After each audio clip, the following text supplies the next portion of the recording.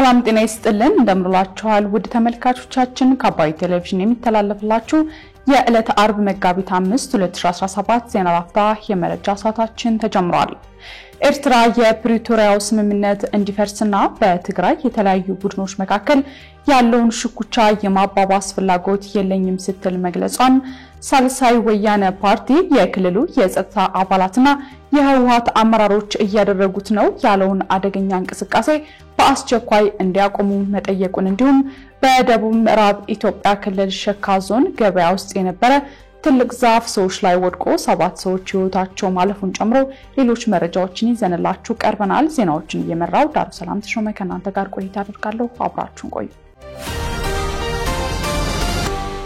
በቅድሚያም ኤርትራ የፕሪቶሪያው ስምምነት እንዲፈርስና በትግራይ የተለያዩ ቡድኖች መካከል ያለውን ሽኩቻ የማባባስ ፍላጎት የለኝም ስትል ገለጸች።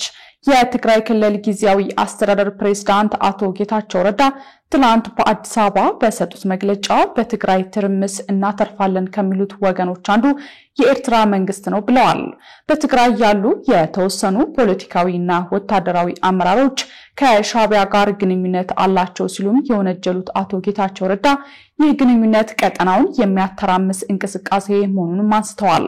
ቀደም ባሉት ጊዜያት እርሳቸውም ቢሆኑ ከኤርትራ መንግስት ጋር ሰላም መፍጠር አለብን በሚል እምነት የተወሰነ እንቅስቃሴ ያደርጉ እንደነበር የተናገሩት አቶ ጌታቸው ረዳ በትግራይ ያሉ የተወሰኑ ፖለቲካዊና የጸጥታ አመራሮች አሁን የፈጠሩት ግንኙነት ግን የክልሉን ህልውና አደጋ ላይ የሚጥል እንደሆነ አስገንዝበዋል።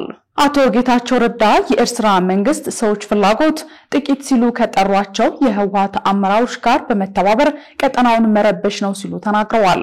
አሜሪካ፣ የአውሮፓ ህብረትና 23 የአውሮፓ ሀገራት የፕሪቶሪያው ስምምነት እንዳይፈርስ እያሳሰቡ በሚገኙበት በዚህ ወቅት ኤርትራ በፕሪቶሪያው የሰላም ስምምነትን ለማፍረስ እየተንቀሳቀስኩ አይደለም ስትል አስተባብላለች። የኤርትራ መንግስት ቃል አቀባይ የማነ ገብረ መስቀል ኢትዮጵያ ውስጥ የተለያዩ ፖለቲከኞች በቀይ ባህር ዙሪያ የሚሰጧቸው ጸባጫሪ መግለጫዎች አላስፈላጊ ውጥረት እየፈጠሩ ነው ሲሉ በኤክስ ገጻቸው ባስተላለፉት መልእክት ከሰዋል። ቃል አቀባዩ የማነ ገብረ መስቀል ይህ አይነት ድርጊት በጽኑ ሊወገዝ የሚገባው እንደሆነም ገልጸዋል። የማነ አንዳንድ አካላት የኤርትራ ጦር አሁንም በትግራይ ግዛቶች ውስጥ ይገኛል የሚል የሐሰት ክስ የሚያሰሙት ግጭት ለመቀስቀስ ለሚፈልጉ ነው በማለትም ወቅሰዋል። ኤርትራ ኢትዮጵያ የውስጥ ጉዳይ የሆነውን የፕሪቶሪያውን የግጭት ማቆም ስምምነት የማኮላሸት ፍላጎት እንደሌላት ያረጋገጡት የማነ በተመሳሳይ ኤርትራ በትግራይ የተለያዩ ቡድኖች መካከል ያለውን ሽኩቻ የማባባስ ፍላጎት የላትም ሲሉም ገልጸዋል።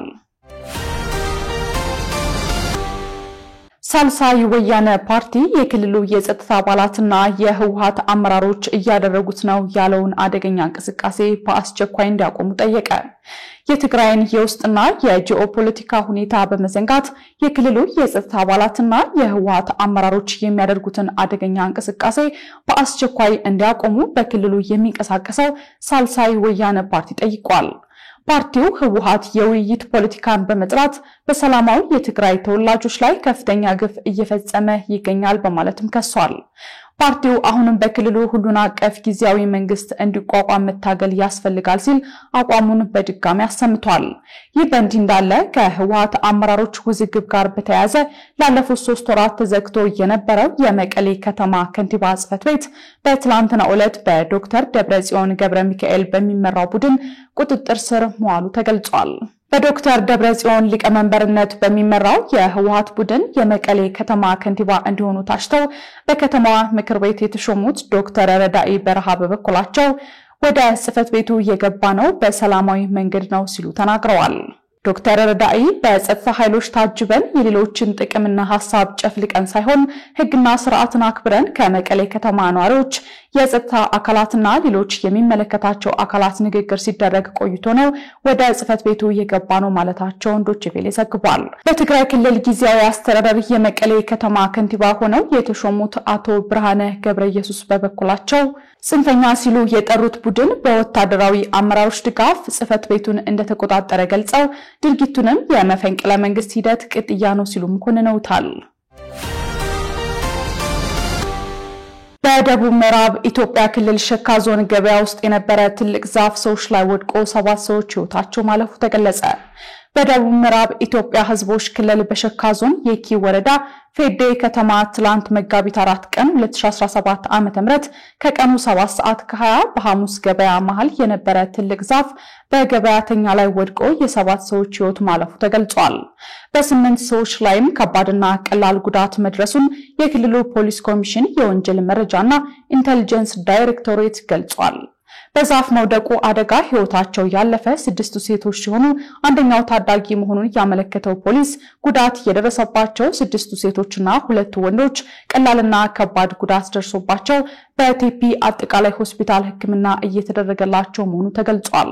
የጉዳት መጠናቸው ከፍተኛ የሆኑ ለተጨማሪ ህክምና ወደ ጅማ ሪፈራል ሆስፒታል መላካቸውም ተጠቁሟል። የአደጋው መንስኤ ዛፉ በእርጅና ምክንያት ሳይወድቅ እንዳልቀረ የአካባቢው የዓይን እማኞች ሲገልጹ ተጨማሪ መረጃዎችን የሚመለከታቸው አካላት በማጣራት ላይ መሆናቸውን ከክልሉ ፖሊስ ኮሚሽን ያገኘነው መረጃ ያመለክታል።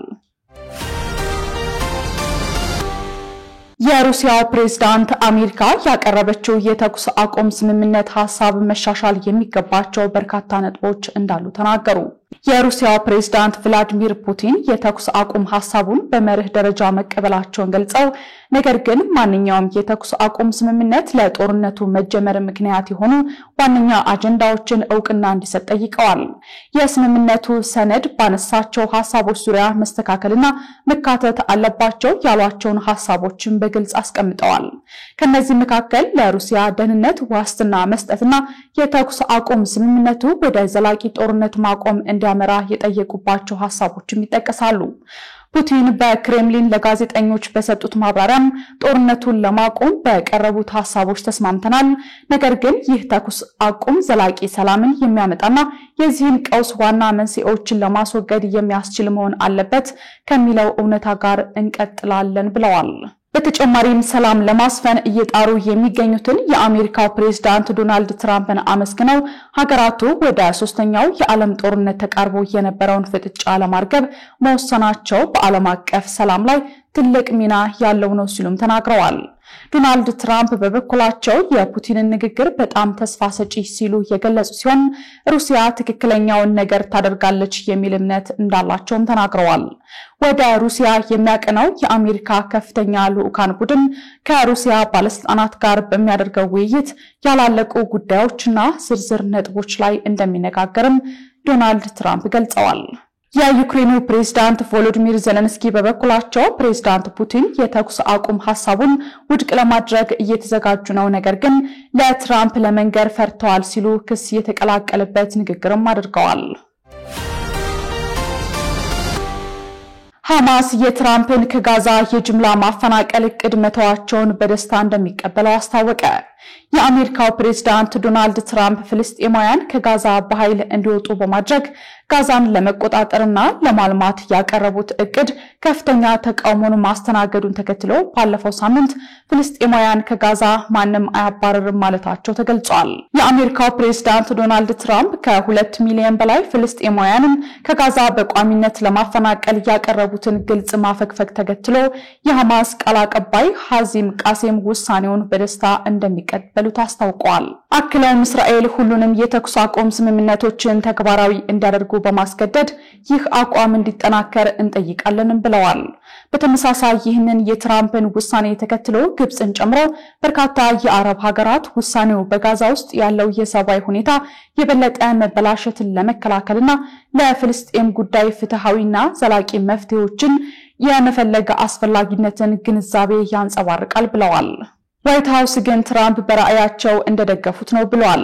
አሶሺየትድ ፕሬስ የእስራኤልና አሜሪካ ባለስልጣናትን ጠቅሶ ባወጣው ዘገባ አሜሪካና እስራኤል ከጋዛ እንዲወጡ የሚደረጉ ፍልስጤማውያንን እንዲያሰፍሩ የአፍሪካ ሀገራት መንግስታትን ማነጋገራቸውን ገልጾ ንግግሩ የተደረገው ከሱዳን፣ ከሶማሊያና ከራስ ገዟ ሶማሊላንድ ባለስልጣናት ጋር ነው ሲል ዘገባው አክሏል።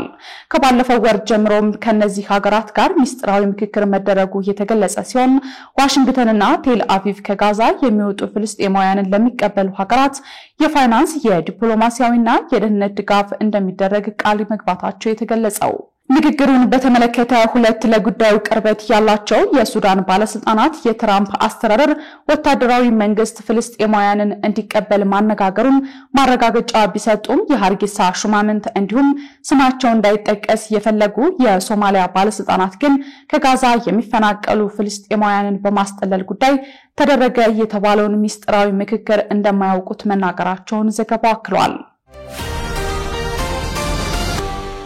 ከአባይ ቴሌቪዥን ሲተላለፍላችሁ የነበረው የዛሬው መጋቢት 5 2017 የቀኑ የመረጃ ሰዓታችን ይህን ይመስል ነበር። አብራችሁን ስለነበራችሁ ከልብ እያመሰገንን በያላችሁበት መልካም ጊዜ ይሁንላችሁ።